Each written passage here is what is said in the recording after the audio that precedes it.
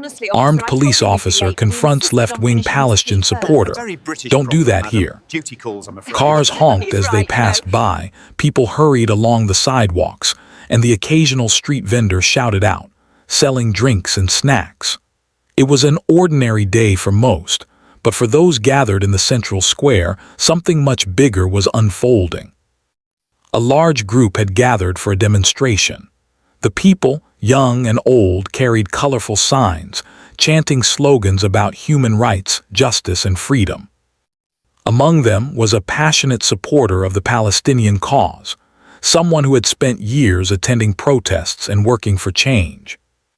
Their goal was simple: to bring attention to the struggles faced by the Palestinian people, to shed light on what they saw as injustices that needed to be corrected.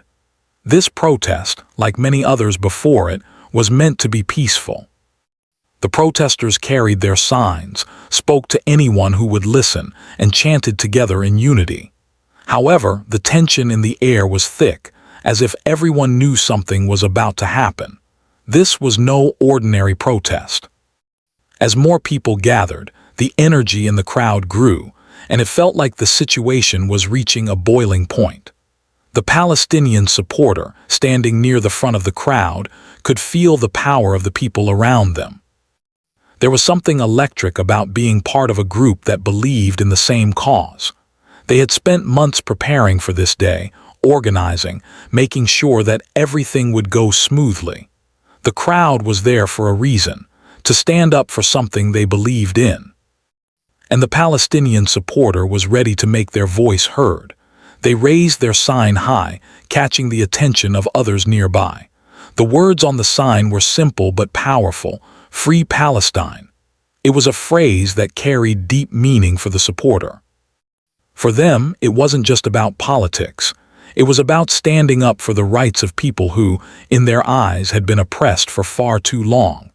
It was a fight for justice, for peace, and for the world to see what they believed was happening to the Palestinian people. As the protest continued, more voices joined in. Some people clapped, some sang, and others stood quietly, holding their signs close to their hearts. The air was filled with chants and passionate speeches, but despite the peaceful intentions, something felt off. The protest was growing, and with it, the possibility of things going wrong. There were whispers in the crowd, and some people started to talk louder, their voices filled with anger and frustration. They weren't just calling for peace.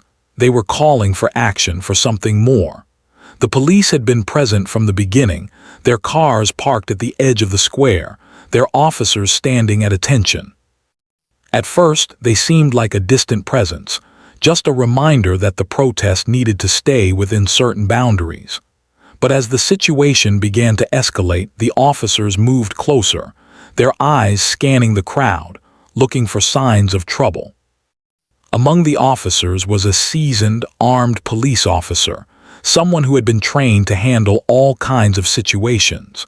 They were experienced, having worked in high-pressure environments before, but today felt different. The officer had seen protests like this one before, loud, passionate, and filled with people who believed in their cause. But there was something in the way the crowd was growing, in the intensity of the voices, that made them nervous. The officer had been briefed earlier that day about the protest, and they knew that their job was to keep things under control. They had spent years learning how to de-escalate tense situations, how to read the crowd, and how to handle things without letting emotions run too high. They knew that a single spark could turn a peaceful protest into something much more dangerous. The officer's goal was clear: ensure the safety of everyone involved, both the protesters and the public.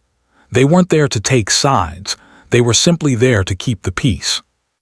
As the officer surveyed the growing crowd, they saw the Palestinian supporter standing at the front, rallying the group with their words. The protesters' face was filled with determination, their passion evident in every word they spoke. It was clear that they believed in what they were saying, and they wanted everyone to hear it. But to the officer, something didn't sit right. It wasn't the words or the cause itself that bothered them. It was the way the crowd seemed to be getting more worked up by the minute. The officer had dealt with crowds like this before. When people gathered for a cause they believed in, emotions could run high. People would get excited, and sometimes that excitement would turn into frustration, which could quickly turn into something much more dangerous. The officer had to be prepared for anything. They had seen protests get out of hand in the past. What started as a peaceful demonstration could quickly turn into something more volatile.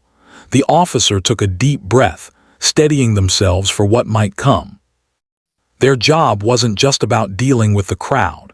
It was about understanding the delicate balance between giving people the space to express their views and maintaining control before things got out of hand.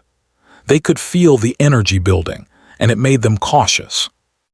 They knew that one wrong move could trigger a chain reaction, leading to chaos in the streets.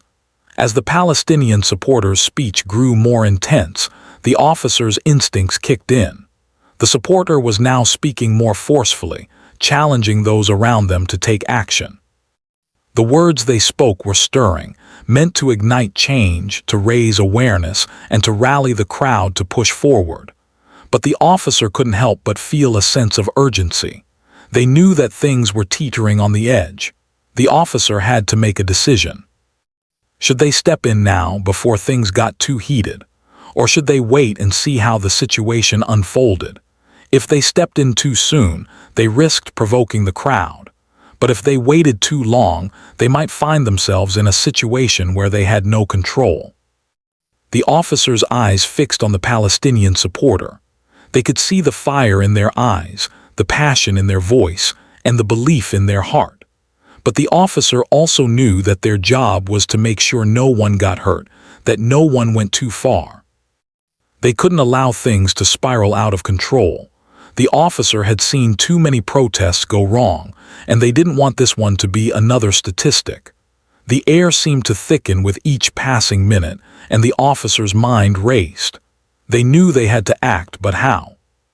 What would be the right approach to stop things from escalating without silencing the protester or the people who supported them? It wasn't an easy choice. As the Palestinian supporter raised their voice to call for more radical action, the officer moved into position, preparing for what would come next. They had no idea how this confrontation would unfold, but they knew it was their job to make sure it didn't end in violence. The stage was set for what would become a pivotal moment, one where words and actions would clash, and the line between peaceful protest and potential danger would be tested. The officer's heart raced, but they remained calm. They had to be ready for anything. The real question was, would the Palestinian supporter listen? Would the crowd follow? And could the officer do their job without causing more harm than good? The atmosphere in the city square grew more tense with each passing minute. The sun was now beginning to dip lower in the sky, casting long shadows across the crowd. The protesters, still gathered in large numbers, had their voices rising in unity, chanting their demands for justice. But there was an unmistakable shift in the mood. The passion in the crowd was undeniable, but so was the nervous energy that crackled in the air.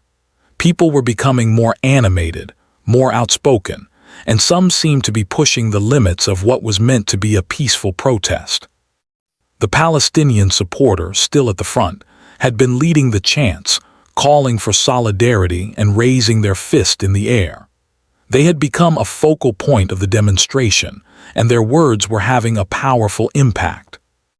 As they spoke of the struggles of the Palestinian people, their voice became stronger, their tone more urgent. The message was clear. Change needed to happen, and it needed to happen now. But the intensity of their speech was starting to grow, and with it, the crowd's reactions became louder, more forceful. Standing at the edge of the crowd, watching intently, was the armed police officer. Their gaze never wavered from the Palestinian supporter. The officer had been monitoring the situation closely, trying to gauge how things were progressing. It had been clear from the start that the protest would need to be carefully managed, but now It was becoming increasingly difficult to ignore the growing tension. At first, the officer had hoped that the situation would stay calm, that the protesters would peacefully express their views and disperse without incident. But now, as the Palestinian supporters' words became more direct, the officer felt that something needed to be done. They had been trained to spot signs of escalation, and it was clear to them that the protest was starting to go down a dangerous path. The Palestinian supporter raised their voice even higher, calling for action. "We cannot wait any longer," they shouted, their words cutting through the noise of the crowd. "Our voices need to be heard, and we will not stop until the world listens." Some of the crowd members cheered in agreement, while others began to shout their own messages, some more radical, others more focused on peace. But as the crowd began to grow more animated, the officer's hand instinctively moved to their side, ready to react if needed. Their job was to ensure safety, both for the protesters and for the general public. But with the situation becoming increasingly charged, they knew that action was now necessary. The officer began to move through the crowd, pushing their way past the groups of people who were becoming more vocal. There were some shouts directed at the officer, but the officer's eyes remained focused on the Palestinian supporter, who had not noticed them approaching yet. The crowd seemed to part slightly as the officer advanced, but there was still a noticeable tension in the air. As the officer reached the front of the crowd, they could see the Palestinian supporter standing tall, their face flushed with the excitement of their speech. The officer, dressed in full uniform, their weapon holstered but visible, felt the weight of the moment. They knew that their next move would be crucial. A simple gesture, a single word, could change everything, and they weren't sure how the Palestinian supporter would react.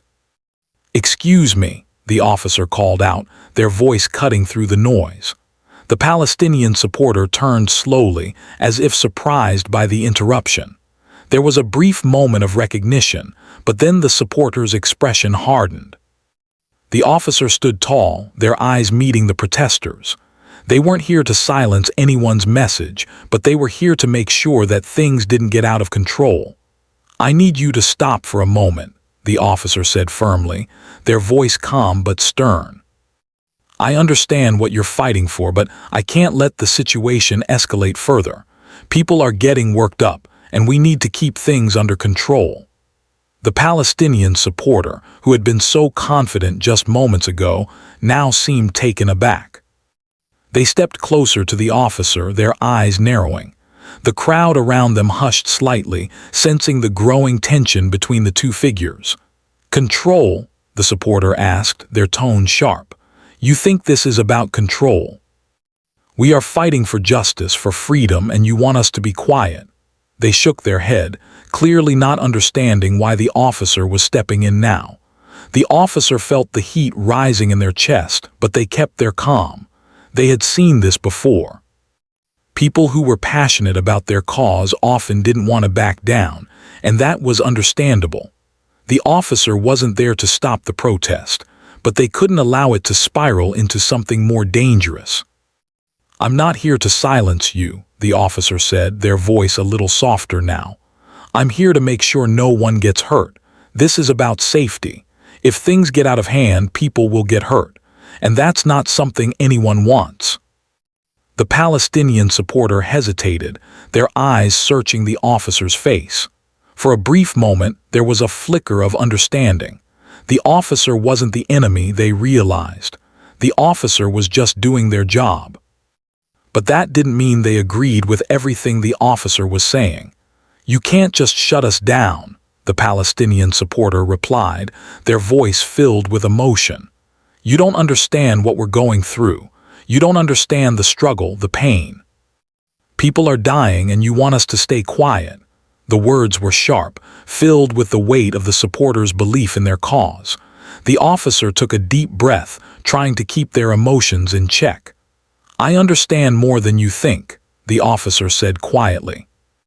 "I'm not here to stop you. I'm here to make sure you can keep speaking, but safely. I'm here to protect everyone." The crowd had grown even quieter, and the tension was almost unbearable. The officer could feel the eyes of the protesters on them, waiting to see what would happen next.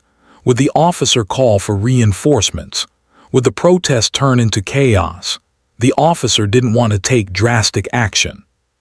They just wanted to prevent things from getting out of hand. The Palestinian supporter who had been so defiant now stood still, their face softening slightly. There was a long silence between the two, the weight of their disagreement hanging in the air. The officer didn't make any move, but they stayed alert, watching carefully for any signs of escalation. Finally, the Palestinian supporter stepped back, their gaze still locked on the officer. "We'll continue, but you're not the one who can stop us," they said firmly. "We'll do this peacefully, but we will not be silenced." The officer nodded, relieved that the situation hadn't escalated into violence. They had hoped for this outcome. "Just remember, we all have a responsibility to keep things safe," the officer said, their voice quieter now but no less serious. The Palestinian supporter nodded back, though their eyes still burned with the fire of their cause. "We'll do it our way. You do it yours." With that, the officer stepped back, but their eyes never left the crowd. The tension hadn't fully disappeared, but for now, it seemed the situation had de-escalated. Both sides had made their points, but it was clear that this was only the beginning. The officer wasn't sure how things would unfold, but they knew that this moment would set the stage for what came next. The air was heavy with uncertainty. The crowd, though still gathered and passionate, had fallen into a strange silence after the brief but tense exchange between the Palestinian supporter and the armed police officer. It was as if everyone was holding their breath, waiting for what would happen next. The Palestinian supporter stood at the front of the crowd, their eyes locked on the officer, but there was a brief moment of stillness, as if both sides were taking a step back, evaluating the situation. The officer, standing just a few paces away, could feel the weight of the eyes upon them, not just from the protesters but from everyone around them, the other police officers, the bystanders, even the people watching from their windows. This was no longer just another protest. This was a moment where things could go one way or the other. A single wrong word, a misstep, could cause everything to spiral out of control. The officer's role had never felt so crucial, but it was also the most uncertain it had ever been. In that tense pause, the Palestinian supporter took a deep breath, their face hardening once more with determination. The officer's calm had done little to change the fire in the protesters' eyes. In fact, it seemed to only fuel it. The officer had spoken about safety, about maintaining control, but for the supporter, that was just the surface. The real issue, the real struggle, was about standing up for something much deeper, something that they believed was worth risking everything for.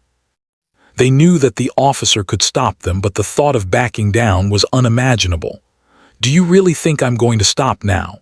the Palestinian supporter asked, their voice firm, unwavering. "Do you really believe that a badge and a gun are enough to make us quiet?" "We will not be silenced, not now, not ever." Their words echoed in the growing stillness of the crowd.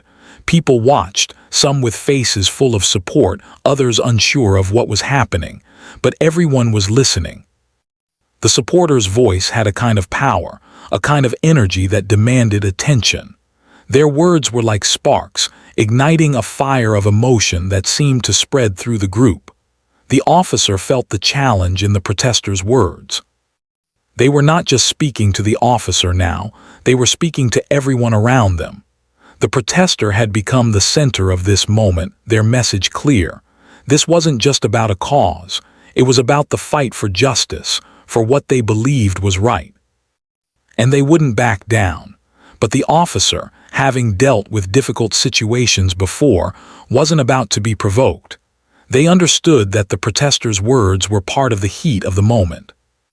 They also knew that keeping control of this situation wasn't about silencing anyone, but about ensuring that the message could be heard without causing harm.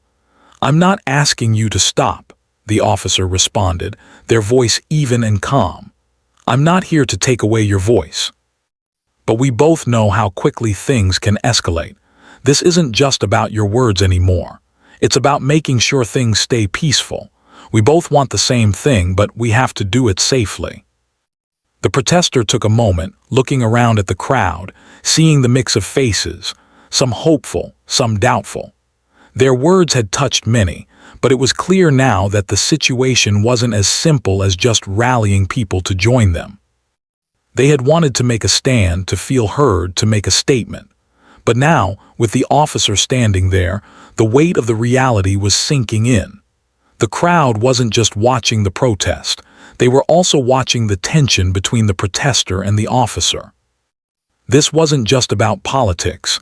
This was about control, about safety, and about how to move forward. Safety, the Palestinian supporter repeated the word as if trying to understand it.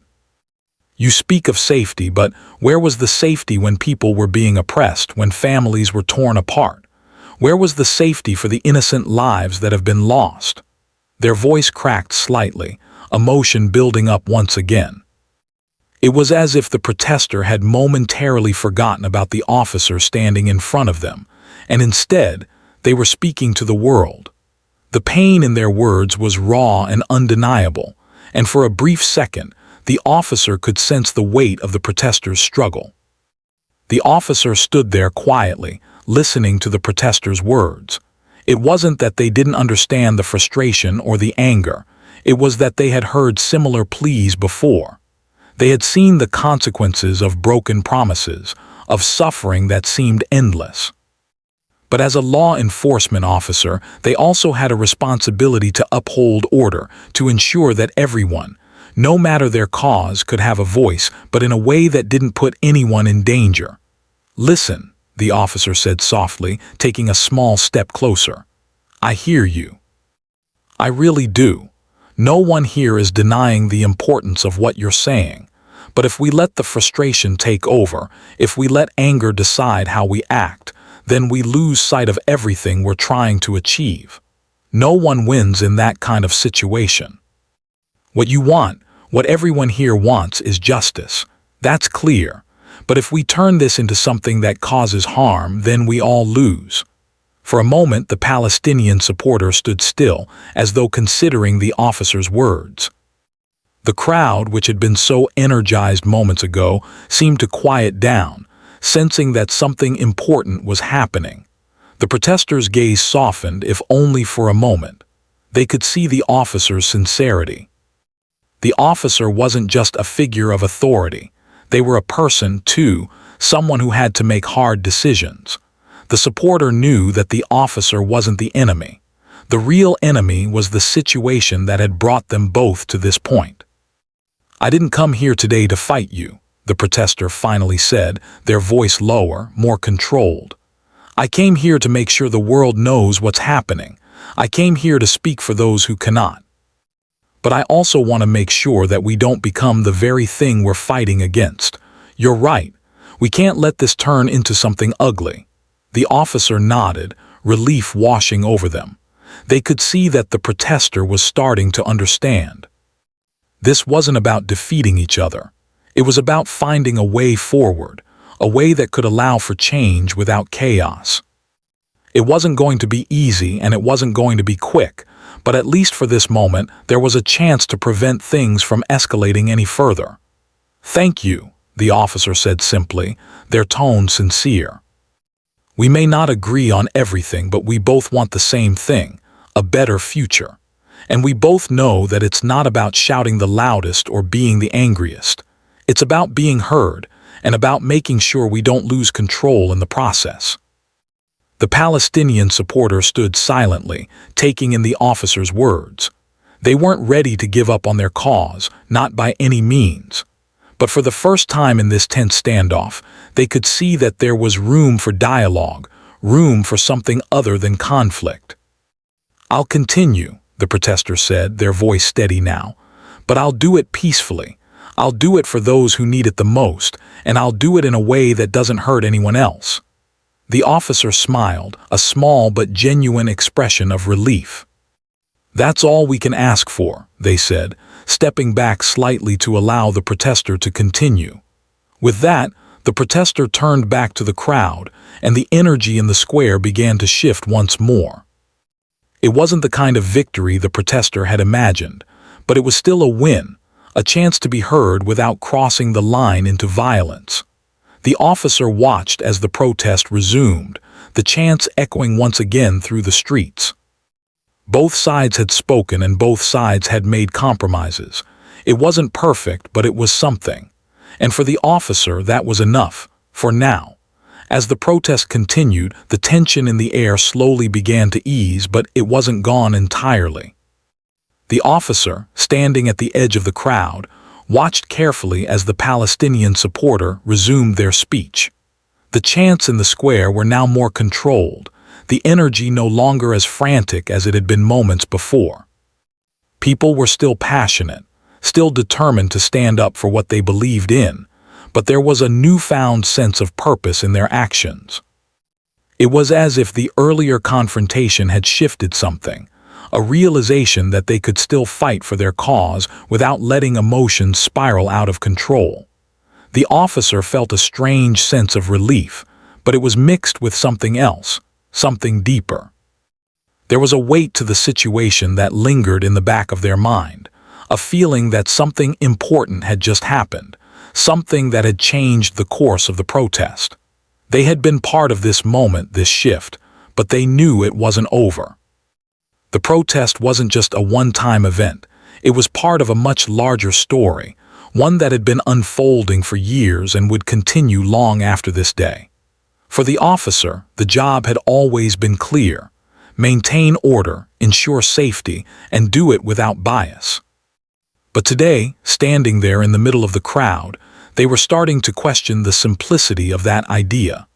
They had always believed that their role was to protect people from harm, to act when things went wrong. But now they found themselves in a more complicated situation.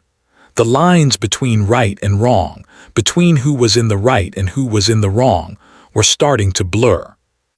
They watched the Palestinian supporter, who had now returned to the front of the group, speaking with a quieter intensity. Their words were still strong, but there was a different rhythm to them now. It wasn't the fiery, radical tone from earlier. It was more measured, more thoughtful, as though the confrontation with the officer had made them pause and reflect on the bigger picture. The officer could sense the shift. There was a sense of self-control now, an understanding that their message could still be powerful without the need to incite more anger. The officer shifted their stance, feeling the weight of the long hours they had been standing, but their mind was elsewhere. They had been trained to handle difficult situations, to respond with authority and force when necessary. But this situation had required something different: patience, understanding, and most importantly, the ability to listen. Listening had never been part of the officers' formal training.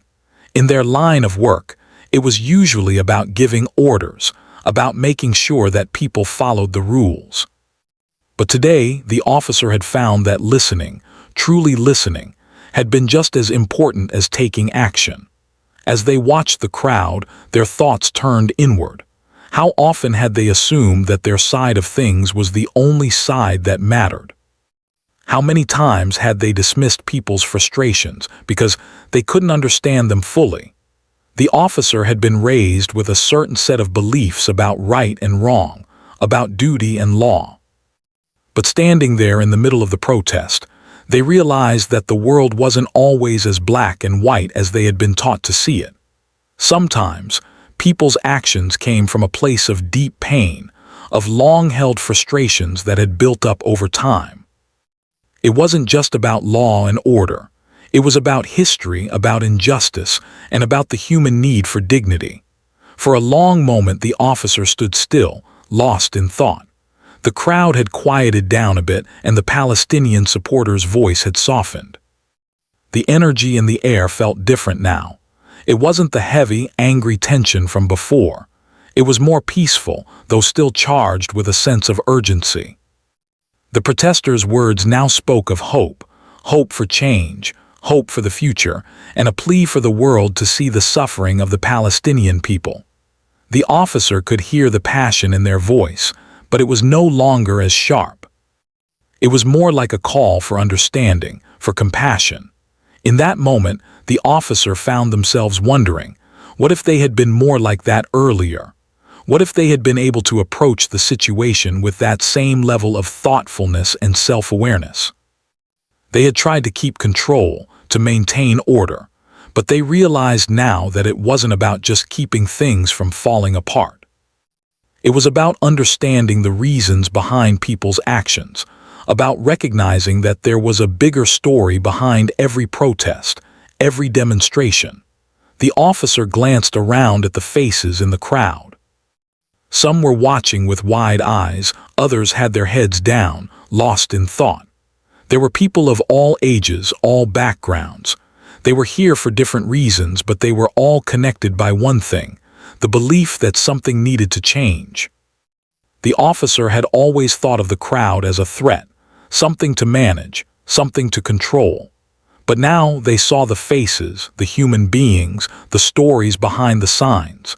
Each person here had a reason for being, and many of them were driven by a deep desire for justice.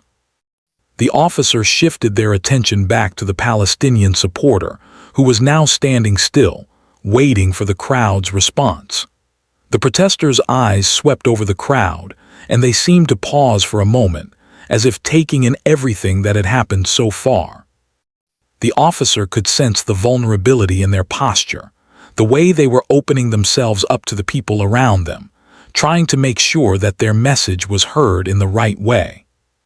"Thank you," the Palestinian supporter said softly, their voice reaching those closest to them. "Thank you for listening, for hearing us. We are not here to fight, we are here to be seen, to be heard." There was a pause in the crowd, and for a brief moment everything felt suspended in time. The officer had expected some sort of reaction, a cheer, a shout, or maybe even a challenge. But instead, the crowd was silent. It wasn't uncomfortable silence, though. It was thoughtful, reflective. The people in the square were processing, just as the officer had been doing in their own mind. The officer couldn't help but admire the courage it took to stand up and speak like that. They had been ready to face the anger, the shouting, the chaos. But what they were witnessing now was different. A peaceful resolve, a desire to be heard without escalating things into something ugly. It was a side of protests that the officer had rarely seen in their career, and it was a reminder that even in moments of intense emotion, there was room for dialogue, for understanding. As the officer stood there, their heart felt a little lighter. The situation wasn't perfect, but it was better. The protester had found a way to channel their frustration into something constructive, and in doing so, had given the officer the opportunity to reflect on their own actions. For the officer, it was a small but important victory. They didn't need to always be the one in control. Sometimes, simply listening was enough. And in that moment, they realized that perhaps the world would be a little better if more people took the time to listen, not just to respond, but to understand. As the protest continued, the officer felt a renewed sense of purpose. They still had a job to do, but now they knew that it wasn't just about keeping things from falling apart. It was about finding the balance between authority and empathy, between maintaining order and respecting people's rights to speak up. And for the first time in a long time, the officer felt like they were truly doing something that mattered. The protest had shifted. What had begun as a tense, volatile moment between the armed officer and the passionate Palestinian supporter had transformed into something entirely different. The atmosphere in the square, still filled with people demanding change, was now charged with a kind of collective reflection. The crowd, while still deeply committed to their cause, had begun to settle into a rhythm that allowed them to express their beliefs without letting the heat of the moment take over. It wasn't perfect. The frustration, the anger, the need for justice still simmered beneath the surface. But there was something else now, something softer, a desire for understanding, for dialogue, for peace. The officer stood at the edge of the crowd, watching the Palestinian supporter carefully. They had seen the shift happen, how the protesters' fiery words had turned into something more measured, more respectful of the people around them. The officer knew they had played a part in that transformation, but it wasn't just their actions that had led to the change. The protester had recognized on some level that their message could be powerful even without pushing people to extremes. There was power in restraint, in choosing to lead with conviction rather than aggression. For the officer, it was a humbling moment. They had been trained to manage crowds, to maintain order, but they had never been trained to really listen, especially not in such a high-stakes situation. Yet, as the tension lifted, the officer felt something shift within themselves too. They had entered the protest believing that their job was to stop things from escalating, to be the barrier between chaos and order. But now, they understood that their role wasn't just about control. It was about being a mediator, a calm presence, someone who could help guide people back to a place where their voices could be heard without threatening anyone's safety. The Palestinian supporter, now standing quietly in front of the crowd, had their back straight and their eyes focused. They had not abandoned their cause, they had simply chosen a different way to express it. The words they spoke were still the same, but the urgency had softened. Instead of calling for loud action or radical change, they spoke about hope, about the future, and about how every person in the square had the power to be a part of that future. The crowd, still hanging on to every word, began to nod, to listen more closely. For the first time, it felt like the message wasn't just a demand, it was a shared understanding. The officer, still watching from the sidelines, felt a sense of relief wash over them. The confrontation had been intense, but it had not ended in violence as it easily could have. The protester had stepped back from the brink, and the officer had allowed them that space, trusting that the protester could find their way back to a peaceful path. And now, they were witnessing the fruits of that patience. The protest was still going, but it had become a much quieter, more reflective moment. As the speaker finished their speech, they turned to face the officer again, their eyes meeting. The officer could sense that this was the moment when everything would either unravel or be sealed. The crowd was still there, watching intently, but the decision now lay with the protester. What would they say next? How would they choose to lead the protest forward? The Palestinian supporter stepped closer, their gaze unwavering but not hostile. For the first time, there was no defiance in their posture, no anger in their tone. Instead, they spoke with a calmness that surprised the officer. "You've shown me something today," the protester said, their voice steady. "We don't have to yell to be heard. We don't have to push people away to make a point. What we're fighting for, what we all want, is change. And that change starts with us." The officer didn't speak immediately. There was a weight in the protester's words, a realization that things didn't have to escalate into conflict in order to be effective. The officer had been right all along. Safety, control, and peaceful expression were all possible without compromising the message. "I didn't come here today to fight you," the protester continued, "and I don't think you came here to fight us either. What you did today, what we both did today, wasn't easy, but it was necessary. Maybe we don't agree on everything, but we both want to see a better world." The officer nodded slowly, still processing the depth of the protester's words. It had been a long day, but the culmination of this moment felt like something meaningful. The officer's job was far from over, but they could sense a change in the air, a shift from division to understanding. It wasn't about winning or losing, about who was right or wrong. It was about moving forward together in the spirit of mutual respect, with the goal of progress. The protester extended their hand to the officer, a gesture of goodwill that spoke volumes. For a moment, the officer hesitated. It wasn't that they didn't want to accept the gesture. It was just that they had never been in a situation like this before. It was rare that such a simple act, a handshake, could carry so much meaning, but the officer understood now. This wasn't just about a law enforcement officer and a protester. It was about two people, two human beings, who had seen the world from different perspectives but had managed to find common ground. In that moment, the officer realized that the greatest act of courage wasn't in standing firm and demanding respect. It was in understanding, in finding a way to communicate across those divides. With a steady breath, the officer reached out and shook the protester's hand. It was a simple gesture, but it carried the weight of everything that had happened in the past few hours. The crowd, which had been silent, now began to murmur, not in anger but in a kind of quiet approval. The atmosphere, which had been so charged, now felt full of hope. People were no longer shouting at each other, they were listening. They were starting to understand. The Palestinian supporter gave a small nod, a sign of gratitude, before stepping back into the crowd. The officer watched as the protest began to settle into a peaceful rhythm once again. There were still people chanting, still people holding up signs, but it was no longer a tense, angry gathering. It was a movement of solidarity, of unity in the face of adversity. The message was clear. They would not back down, but they would do so with respect, with patience, and with the understanding that change, true change, came from dialogue, not conflict. As the officer stood there, observing the unfolding scene, they felt a deep sense of fulfillment.